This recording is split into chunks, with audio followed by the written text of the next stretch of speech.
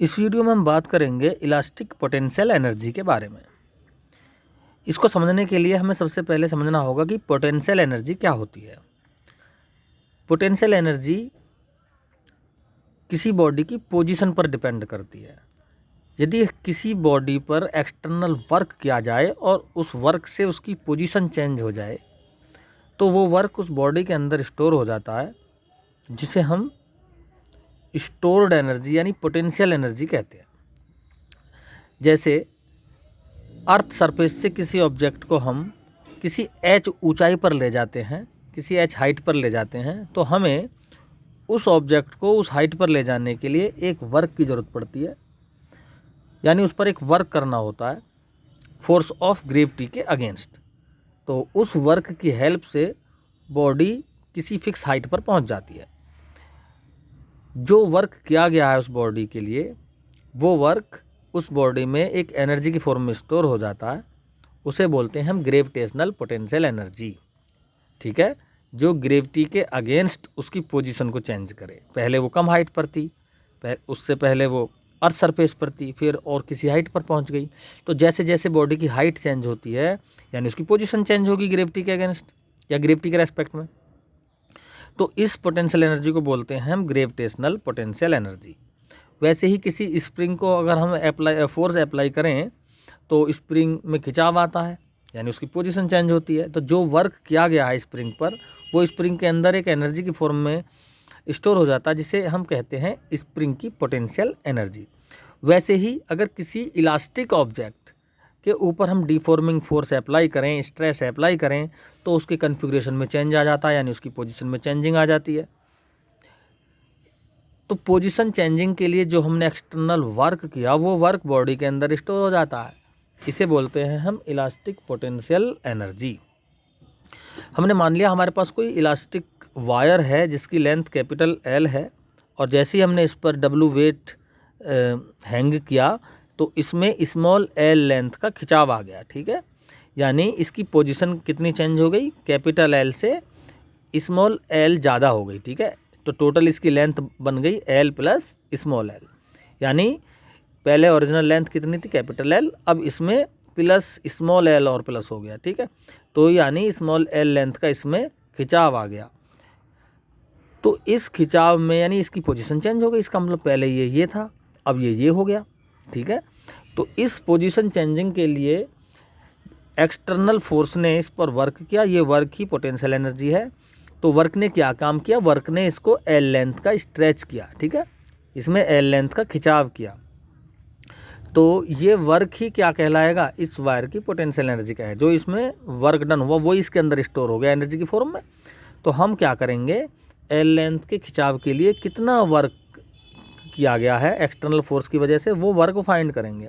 तो हम मानेंगे कि भाई डी एल लेंथ के स्ट्रेच के लिए डी एल लेंथ एलिमेंट बना लिया।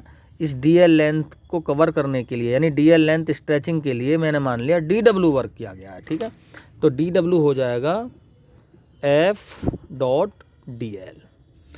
तो ये डी डब्ल्यू इंटीग्रेशन करेंगे, क्योंकि डी एल लेंथ के लिए वर्क डन है, लेकिन हमें तो टोटल लेंथ के लिए फाइंड करना है ना। तो D W equal to F की वैल्यू क्या है, देखो वाई होता है F upon A is equal to L upon L. तो एफ हो गया यहाँ से Y A upon L into L. ठीक है, तो ये एफ की वैल्यू हमें कहाँ पुट करनी है, यहाँ पर पुट करनी है। तो इसको हम यहाँ लिख लेते हैं, D W is equal to F क्या हो जाएगा, Y A upon L L D L. Zero से लेके एल तक का इंटीग्रेशन कर दिया, और यहाँ से आ गया Y A upon L L square by 2 integration हो गया इसका। जीरो से लेके एल तक की लिमिट रख देंगे, तो डी डब्ल्यू का डब्ल्यू बन गया इंटीग्रेशन होने के साथ, क्योंकि ठीक डी डब्ल्यू का इंटीग्रेशन डब्ल्यू हो गया। यही डब्ल्यू क्या हो जाएगा, पोटेंशियल एनर्जी कहलाएगा। तो हाफ है ना, half Y A upon L. तो एक बार अपर लिमिट को लिखेंगे एल के प्लेस पर एल स्क्वायर, और दूसरा माइनस के साथ लोअर लिमिट को रख देंगे 0।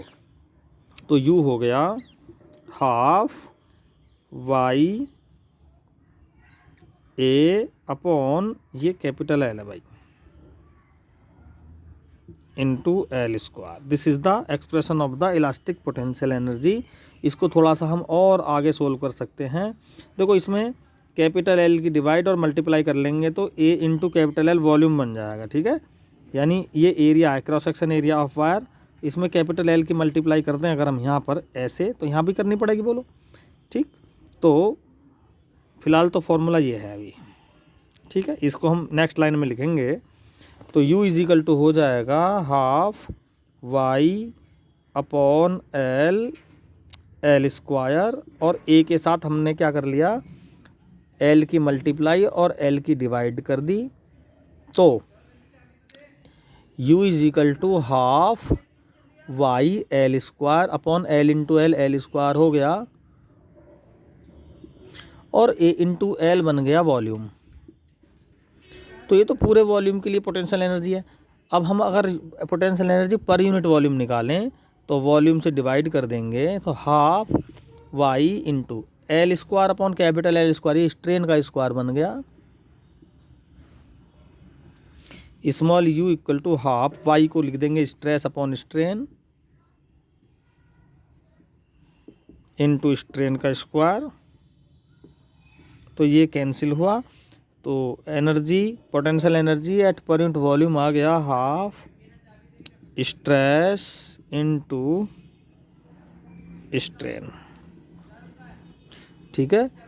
This is the expression of the elastic potential energy at per unit volume. Thank you.